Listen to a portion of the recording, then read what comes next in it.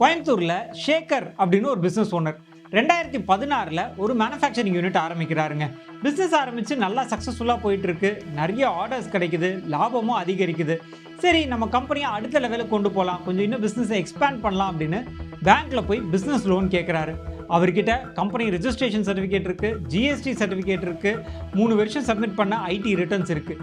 இதெல்லாம் இருந்தாலும் bank manager என்ன கேட்குறாரு அப்படின்னா, உங்ககிட்ட எம்எஸ்எம்இ உத்தியம் ரெஜிஸ்ட்ரேஷன் சர்டிஃபிகேட் இருக்கா அப்படின்னு கேட்குறாரு. ஆனால் நம்ம சேகர் கிட்ட அந்த எம்எஸ்எம்இ உத்தியம் ரெஜிஸ்ட்ரேஷன் சர்டிஃபிகேட் இல்லை. இதனால அவருடைய லோன் ப்ராசஸ் அப்படின்றது ரொம்ப டிலே ஆகுது.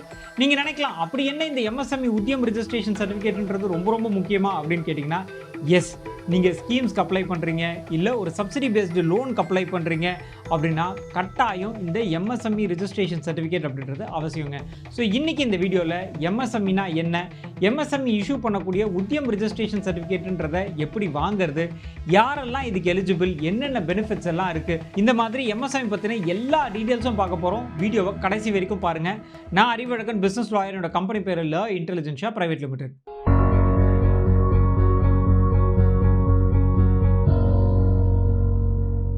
சரிங்க, இந்த எம்எஸ்எம்இனா என்ன அப்படின்றத பார்க்கறதுக்கு முன்னாடி ஒரு முக்கியமான விஷயங்க. நிறைய பேருக்கு பிஸ்னஸ் ஆரம்பிக்கணுன்ற ஒரு கனவு இருக்குது. ஆனால் ஏதோ ஒரு சில காரணங்களுக்காக அந்த கனவை, அந்த ஆசையை தள்ளி போட்டுகிட்டே போகிறாங்க. இன்னொரு சில பேர் பிஸ்னஸ் ஆரம்பிச்சிடுறாங்க, ஆரம்பித்த அந்த பிஸ்னஸில் நிறைய சிக்கல்கள் சந்திக்கிறாங்க. இவங்க எல்லாருக்குமே உதவும் நோக்கத்தில் நம்ம ஒரு பிஸ்னஸ் கம்யூனிட்டி ஆரம்பிச்சிருக்கோம். அந்த பிஸ்னஸ் கம்யூனிட்டியில் ரெகுலராக பிஸ்னஸ் பற்றின நிறைய ட்ரைனிங்ஸ் ஃப்ரீயாகவே கொடுத்துட்ருக்கோங்க. நீங்களுமே அந்த பிஸ்னஸ் கம்யூனிட்டியில் ஜாயின் பண்ணணும், ட்ரைனிங்ஸ் எல்லாம் நிறைய எடுத்துக்கணும். அங்கே நிறைய ஒரு பெரிய நெட்வொர்க்கிங் நடந்துகிட்ருக்கு. நீங்களுமே அந்த நெட்வொர்க்கிங்கில் பார்ட்டிசிபேட் பண்ணணும் அப்படின்னா அந்த வாட்ஸ்அப் குரூப்பில் ஜாயின் பண்ணுறதுக்கான லிங்க் டிஸ்கிரிப்ஷனில் கொடுத்துருக்கோம். மறக்காமல் அந்த லிங்கை கிளிக் பண்ணி வாட்ஸ்அப் கம்யூனிட்டியில் ஜாயின் பண்ணிக்கோங்க. வாட்ஸ்அப் கம்யூனிட்டியில் மீட் பண்ணுவோம். சரிங்க, இந்த எம்எஸ்எம்இனா என்ன அப்படின்னு பார்த்துடலாம். எம்எஸ்எம்இ இது ஒரு அமைச்சகம், அதாவது ஒரு மினிஸ்ட்ரிங்க. இதோடைய விரிவாக்கம் என்ன அப்படின்னு பார்த்தீங்கன்னா, மைக்ரோ ஸ்மால் மீடியம் என்டர்பிரைசஸ், தமிழில் சிறு குறு நடுத்தர நிறுவனங்கள் அப்படின்னு சொல்லுவோம். ஸோ இந்த நிறுவனங்களுக்கான ஒரு அமைச்சகம் தான் இந்த எம்எஸ்எம்இ மினிஸ்ட்ரி அப்படின்னு சொல்கிறது. இந்த எம்எஸ்எம்இ மினிஸ்ட்ரி மூலிமா நிறைய பிஸ்னஸ்க்கான ஸ்கீம்ஸ் கொடுக்குறாங்க. குறிப்பாக வந்து பார்த்தீங்கன்னா லோனு, சப்சிடி, இந்த மாதிரிலாம் நிறைய ஸ்கீம்ஸ் கொடுக்குறாங்க. இந்த ஸ்கீம்ஸ்க்கு யாராவது எலிஜிபிள் ஆகணும் அப்படின்னா அந்த எம்எஸ்எம்இ இஷ்யூ பண்ணக்கூடிய உத்தியம் ரெஜிஸ்ட்ரேஷன் சர்டிஃபிகேட் அப்படின்றத வாங்கியிருக்கணுங்க. இந்த எம்எஸ்எம்இ உத்தியம் ரெஜிஸ்ட்ரேஷன் சர்டிஃபிகேட்ன்றதை யாருக்கெல்லாம் இந்த அமைச்சகம் வந்து இஷ்யூ பண்ணுவாங்கன்னு பார்த்தீங்கன்னா, நான் முன்னாடியே சொன்ன மாதிரி உங்களோட பிஸ்னஸ் அப்படின்றது மைக்ரோ ஸ்மால் மீடியம் இந்த கேட்டகரிக்குள்ளே இருக்குது அப்படின்னா நீங்கள் இதுக்கு எலிஜிபிள்ங்க. இதை எப்படி பிரிக்கிறாங்க அப்படின்னு பார்த்தீங்கன்னா, உங்களுடைய டர்ன் ஓவர், உங்களுடைய இன்வெஸ்ட்மெண்ட், இதை பேஸ் பண்ணி தான் நீங்கள் மைக்ரோவா, ஸ்மாலா, இல்லை மீடியம் என்டர்பிரைசஸா அப்படின்றத பிரிக்கிறாங்க. மைக்ரோ அப்படின்ற கேட்டகரி கீழே எந்த கம்பெனிஸ் எல்லாம் வரும் அப்படின்னு பார்த்தீங்கன்னா, உங்களோட இன்வெஸ்ட்மெண்ட், அதாவது நீங்கள் பிஸ்னஸ் ஆரம்பிக்கிறதுக்கு கேபிட்டல் போட்டிருப்பீங்க இல்லையா, அது 2.5 கோடிக்கு கம்மியாக இருந்துச்சுன்னா நீங்கள் மைக்ரோ அப்படின்ற கேட்டகரி கீழே வருவீங்க. அதே மாதிரி உங்களுடைய ஆனுவல் டர்ன் ஓவர், அதாவது உங்கள் ஒரு வருஷத்துக்கு வரக்கூடிய ஆண்டு வருவாய் அப்படின்றது 10 கோடி ரூபாய்க்கு கம்மியாக இருந்தால் நீங்கள் இந்த மைக்ரோன்ற கேட்டகரிக்குள்ளே வருவீங்க. இது ஒன்று. அடுத்து 2வது கேட்டகரி ஸ்மால். ஸ்மால் அப்படின்ற கேட்டகரி கீழே யாரெல்லாம் வருவாங்கன்னு பார்த்தீங்கன்னா, உங்களுடைய இன்வெஸ்ட்மெண்ட் அப்படின்றது 25 கோடிக்கு கம்மியாக இருக்குது. அதே மாதிரி உங்களுடைய டர்ன் ஓவர் அப்படின்றது 100 கோடி ரூபாய்க்கு கம்மியாக இருந்தால் உங்களுடைய கேட்டகரி அப்படின்றது ஸ்மால். 3வது கேட்டகரி மீடியம். மீடியம் அப்படின்ற கேட்டகரியில் எந்தெந்த கம்பெனிஸ்லாம் வரும்னு பார்த்தீங்கன்னா, உங்களுடைய இன்வெஸ்ட்மெண்ட் அப்படின்றது 125 கோடிக்கு கம்மியாக இருக்குது, உங்களுடைய டர்ன் ஓவர் அப்படின்றது 300 கோடிக்கு கம்மியாக இருக்குன்னா உங்களுடைய பிஸ்னஸ் கேட்டகரி இந்த மீடியம் அப்படின்ற கேட்டகரிக்குள்ளே வருங்க. ஸோ இந்த 3 வகையான நிறுவனங்களுமே, அதாவது உங்களுடைய கம்பெனி மைக்ரோவாக இருந்தாலும் சரி, ஸ்மாலாக இருந்தாலும் சரி, மீடியமாக இருந்தாலும் சரி, நீங்கள் இந்த எம்எஸ்எம்இ ரெஜிஸ்ட்ரேஷன் சர்டிஃபிகேட் அப்படின்றத வாங்க முடியுங்க. இதை ஏன் பிரிக்கிறாங்க அப்படின்னு பார்த்தீங்கன்னா, இந்த 3 கேட்டகரிஸ் இருக்கு இல்லைங்களா, ஒவ்வொரு கேட்டகரிக்கும் அவங்கவுங்களுக்கான பெனிஃபிட்ஸ் அப்படின்றது கிடைக்கும். இப்போ உதாரணத்துக்கு நீங்கள் ஒரு கிரிக்கெட் விளையாட போகிறீங்க, ஒரு 15 வயசுக்குள்ளே இருக்கீங்க அப்படின்னா அதுக்கு ஒரு தனி டீம் இருக்கும். 18 வயசுக்குள்ளே இருக்கீங்கன்னா அதுக்கு வேறு ஒரு தனி டீம் இருக்கும். மேஜராக 18 வயசுக்கு மேலே போகிறீங்க அப்படின்னா நீங்கள் வேறு டீமில் வருவீங்க. ஸோ இந்த மாதிரி ஏஜ் வைஸ் டீம்ஸ் பிரிப்பாங்க இல்லைங்களா, அதே மாதிரி தாங்க இதுலேயுமே ஒவ்வொரு கேட்டகரிக்குமே அதுக்கான பெனிஃபிட்ஸ் இருக்குது. ஸோ நீங்கள் மைக்ரோ அப்படின்ற கேட்டகரிக்குள்ளே இருந்தீங்க அப்படின்னா எம்எஸ்எம்இ கொடுக்கக்கூடிய ஒரு சில செட் ஆஃப் ஸ்கீம்ஸ்க்கு நீங்கள் எலிஜிபிள். ஸ்மால் அப்படின்ற நிறுவனத்துக்கு கீழே இருந்தீங்க அப்படின்னா நீங்கள் அந்த ஸ்மால் கேட்டகரிக்கு கொடுக்கக்கூடிய பெனிஃபிட்ஸ் எல்லாமே நீங்கள் வாங்க முடியும். ஸோ அந்த மாதிரி ஒவ்வொரு கேட்டகரிக்கும் தனித்தனியாக பெனிஃபிட்ஸ் இருக்குது. நீங்கள் எந்த கேட்டகரி கீழே வரீங்களோ பண்ணுறீங்களோ அரசாங்கம் கொடுக்கக்கூடிய அந்தந்த சலுகைகள் உங்களுக்கு கிடைக்குங்க. சரிங்க, இந்த MSME மினிஸ்ட்ரி இஷ்யூ பண்ணக்கூடிய உத்தியம் ரெஜிஸ்ட்ரேஷன் சர்டிஃபிகேட்டோட முக்கியத்துவம் இது எவ்வளோ இம்பார்ட்டன்ட் அப்படின்னு பார்த்தீங்கன்னா, முதல் விஷயம் இது ஒரு ப்ரூஃபாக இயங்குங்க. அதாவது நீங்கள் ஒரு ப்ரொப்ரைட்டர்ஷிப் ஃபார்ம் ஆரம்பிக்கிறீங்க அப்படின்னா அந்த ப்ரொப்ரைட்டர்ஷிப் ஃபார்முக்குன்னு எந்த ஒரு ரெஜிஸ்ட்ரேஷனும் கிடையாது. நீங்கள் ஒரு ப்ரைவேட் லிமிடெட் ஆரம்பிக்கிறீங்க அப்படின்னா ROCயில் ரெஜிஸ்ட்ரேஷன் வாங்குவீங்க.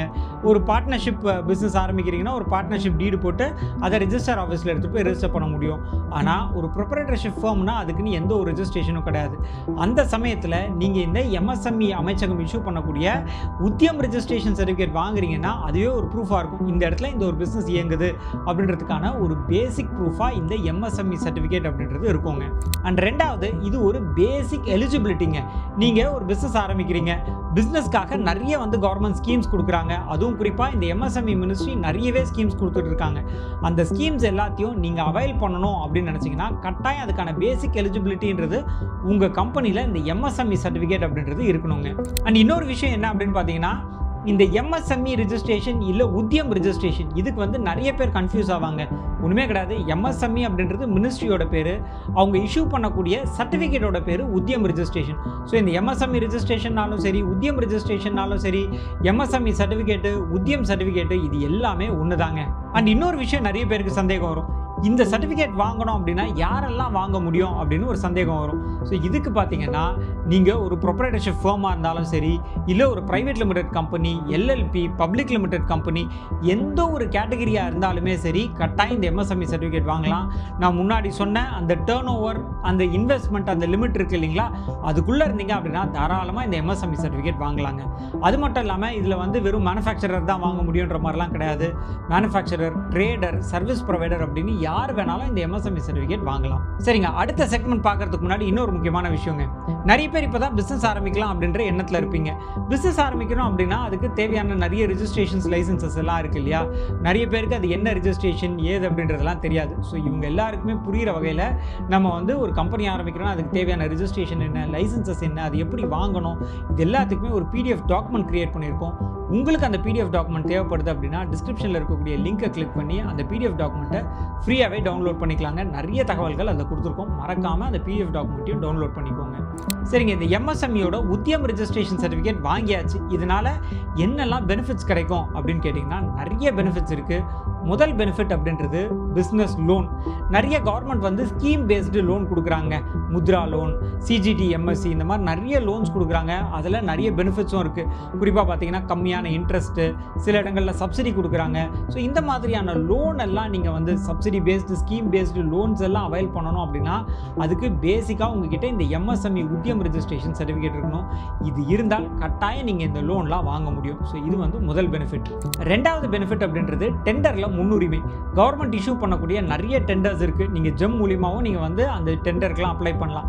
அப்படி நீங்கள் அப்ளை பண்ணும்போது உங்ககிட்ட இந்த MSME உத்தியம் ரெஜிஸ்ட்ரேஷன் சர்டிஃபிகேட் இருந்துச்சு அப்படின்னா உங்களுக்கு முன்னுரிமை அப்படின்றது கிடைக்குங்க. கட்டாயம் டெண்டர் கிடைக்கும்ன்றது கிடையாது, பட் இந்த MSME சர்டிஃபிகேட் இருக்கவங்களுக்கு ஒரு முன்னுரிமை கிடைக்கும். மூணாவது முக்கியமான பிரச்சனை, நிறைய பேருக்கு இருக்கக்கூடிய பிரச்சனை, கஸ்டமர் கிட்ட இருந்து பேமெண்ட் வராமல் இருக்கிறது. நீங்கள் MSME சர்டிஃபிகேட் வச்சுருந்தீங்க அப்படின்னா அதை உங்களோட பில்லில் நான் ஒரு MSME கம்பெனி, இதான் என்னோட MSME சர்டிஃபிகேட் நம்பர் அப்படின்றத மென்ஷன் பண்ணியிருந்தீங்க அப்படின்னா இஃப் சப்போஸ் உங்களோட கிளைண்ட்ஸ் யாராவது உங்களுக்கு பேமெண்ட்டை டிலே பண்ணுறாங்க அப்படின்ற பட்சத்தில் MSME சமாதான் ஸ்கீமுக்கு அப்ளை பண்ணலாம். டிலேடு பேமெண்ட் இருந்துச்சுன்னா வட்டியோட, அதுவும் டபுள் மடங்கு வட்டியோட உங்களுக்கு திரும்ப கிடைக்கும். அதுவும் அவ்வளோ சீக்கிரமாக கிடைக்கும். கோர்ட்டுக்கெலாம் போனால் ரொம்ப டிலே ஆகிடும்.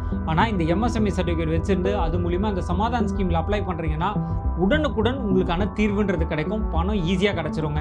ஸோ இதுவுமே இந்த MSME வச்சிருக்கிறதுனால இருக்கக்கூடிய முக்கியமான பெனிஃபிட். இது தவிர்த்து அடுத்து வரக்கூடிய பெனிஃபிட் அப்படின்றது சப்சிடி. சப்சிடி அப்படின்றது தமிழில் மானியம் அப்படின்னு சொல்லுவாங்க. நீங்கள் ஒரு மிஷினரி வாங்குறீங்க, இல்லை நீங்கள் ஏதாவது வெளிநாட்டில் போயிட்டு ஒரு ட்ரேட் ஃபேரில் பார்ட்டிசிபேட் பண்ணணும்னு நினைக்கிறீங்க. ஸோ இந்த மாதிரியான இடங்கள் எல்லாத்துலேயும் கவர்மெண்ட் நீங்கள் ஒரு மேனுஃபேக்சரிங் யூனிட்டாக இருந்தால் அதுக்கு சப்சிடி கொடுக்குறாங்க. அந்த சப்சிடி வாங்கணுன்னாலும் இந்த MSME சர்டிஃபிகேட் அப்படின்றது கட்டாயங்க. இது மட்டும் இல்லாமல் இன்னொரு பெனிஃபிட் அப்படின்னு பார்த்தீங்கன்னா, நீங்கள் ரிஜிஸ்ட்ரேஷன் லைசன்ஸ்க்குலாம் அப்ளை பண்ணும்போது அதுக்கான ஃபீஸ் கட்டணும் இல்லைங்களா, அதிலிருந்துமே உங்களுக்கு ரிபேட்ஸ் இருக்குது. சில இடங்களில் ரீஎம்பர்ஸ்மெண்ட்டும் இருக்குது. ஃபார் எக்ஸாம்பிள் நீங்கள் ஒரு ப்ரைவேட் லிமிடெட் கம்பெனியாக இருக்கீங்க, ட்ரேட்மார்க் ரெஜிஸ்ட்ரேஷன் ஃபைல் பண்ணும்போது அதுக்கான கவர்மெண்ட் ஃபீ அப்படின்றது கிட்டத்தட்ட 9,000 ரூபா வருங்க. இந்த MSME சர்டிஃபிகேட் இருந்ததுன்னா அதுலேருந்து 50% டிஸ்கவுண்ட்டு, கவர்மெண்ட் ஃபீ 4,800 ரூ. 1500 கட்டினா போதும். அதே மாதிரி ஒரு பார் கோட் வாங்குறீங்க, இல்லை ஐஎஸ்ஓ சர்டிஃபிகேட் வாங்குறீங்க அப்படின்னாலும் அதுலேயுமே உங்களுக்கு ரீஎம்பர்ஸ்மெண்ட் அப்படின்றது இருக்குது. ஸோ இந்த மாதிரி ரீஎம்பர்ஸ்மெண்ட்டு, உங்களுக்கான பேமெண்ட்டில் கட் ஆஃப், இந்த மாதிரி நிறைய பெனிஃபிட்ஸ் இந்த எம்எஸ்எம்இ சர்டிஃபிகேட் மூலிமா கிடைக்கும். ஸோ ரொம்ப எளிமையான ப்ராசஸ் தான். உடனே அப்ளை பண்ணி எம்எஸ்எம்இ சர்டிஃபிகேட்டை வாங்கிடுங்க. சரி, வாங்க சொல்கிறோம், எப்படி வாங்குறதுன்றதையும் சொல்லிடணும் இல்லையா? ப்ராசஸ் கொஞ்சம் எளிமையான ப்ராசஸ் தான். இதுக்குன்னு நீங்கள் எம்எஸ்எம்இ உத்தியம் ரிஜிஸ்ட்ரேஷன் கவர்மெண்ட் போர்ட்டலுக்குள்ளே லாகின் பண்ணிடுங்க. லாகின் பண்ணதுக்கப்புறமா நீங்கள் இதில் ஓடிபி வெரிஃபிகேஷன் வரும். ஓடிபி வெரிஃபிகேஷனையும் பண்ணிட்டீங்க அப்படின்னா உங்களுக்கான யூசர் ஐடி பாஸ்வேர்டு அப்படின்றது கிரியேட் ஆகிடும். அதுக்கப்புறமா உங்கள் கம்பெனியோட பேன் டீட்டெயில்ஸு, உங்களோட ஆதார் டீட்டெயில்ஸ், இது தவிர்த்து கம்பெனியோட பேர், அட்ரஸ், என்ன பிஸ்னஸ் ஆக்டிவிட்டி பண்ணுறீங்க, இந்த மாதிரி எல்லா டீட்டெயில்ஸும் என்டர் பண்ணிவிட்டு சப்மிட் பண்ணீங்க அப்படின்னா கவர்மெண்ட்டில் ஒரு 1-2 நாள் இதை வெரிஃபை பண்ணிவிட்டு மேக்ஸிமம் 2வது நாள் உங்களுக்கு சர்டிஃபிகேட்டை இஷ்யூ பண்ணுவாங்க. ஸோ கொஞ்சம் எளிமையான ப்ராசஸ் தான் இது. சரிங்க, இதுக்கு அப்ளை பண்ணும்போது நிறைய பேர் பண்ணக்கூடிய தவறு என்ன அப்படின்னு பார்த்தீங்கன்னா, டேர்ன் ஓவர் டீட்டெயில்ஸை தப்பாக கொடுத்துருவாங்க. சில சமயங்களில் கம்மியாக கொடுப்பாங்க. அதே மாதிரி இன்வெஸ்ட்மெண்ட் டீட்டெயில்ஸை கம்மியாக கொடுப்பாங்க. எத்தனை பேர் ஒர்க் பண்ணுறோன்ற டீட்டெயில்ஸ் கம்மியாக இருக்கும். சில பேர் கம்பெனியோட அக்கௌண்ட்டுக்கு பதிலாக பர்சனல் சேவிங்ஸ் அக்கௌண்ட் கொடுத்துருவாங்க. ஸோ இந்த மாதிரி நிறைய தவறுகள் பண்ணுவாங்க. ஒரு சில தவறுகள் பண்ணும்போது, அதுலேயும் குறிப்பாக டேர்ன் ஓவர் பற்றின ஏதாவது தவறாக கொடுக்குறீங்க, இல்லை நீங்கள் எவ்வளோ ஐடி கட்டினீங்க அந்த டீட்டெயில்ஸ் ஏதாவது தவறாக கொடுத்தீங்க அப்படின்னா அது ஒரு தண்டனைக்குரிய குற்றம். ஸோ இதில் நிறைய ஸ்கீம்ஸ் இருக்குது. ஸ்கீம்ஸை அவைல் பண்ணுறதுக்காக நிறைய பேர் தவறான தகவல்கள் கொடுத்துருவாங்க. அப்படி தவறான தகவல்கள் கொடுத்தா நான் முன்னாடியே சொன்ன மாதிரி அது ஒரு சட்டத்துக்கு புறம்பான ஒரு தண்டனைக்குரிய குற்றம்ங்க அது. ஸோ இந்த ஃபார்ம்ஸை ஃபில் பண்ணும்போது கொஞ்சம் ஜாக்கிரதையாக ஃபில் பண்ணுங்கள். சரிங்க, இன்றைக்கி இந்த வீடியோவில் இந்த எம்எஸ்எம்இ உத்தியம் பற்றி நிறைய தகவல்கள் பார்த்தோம். இதே மாதிரி அடுத்த ஒரு வீடியோவில் இன்னும் இன்ட்ரெஸ்டிங்கான இன்ஃபர்மேஷனோட நான் உங்களை மீட் பண்ணுறேன். நான் அறிவழகன், பிஸ்னஸ் லாயர். என்னோட கம்பெனி பேர் ல இன்டெலிஜென்ஷியா பிரைவேட் லிமிடெட். நன்றி, வணக்கம்.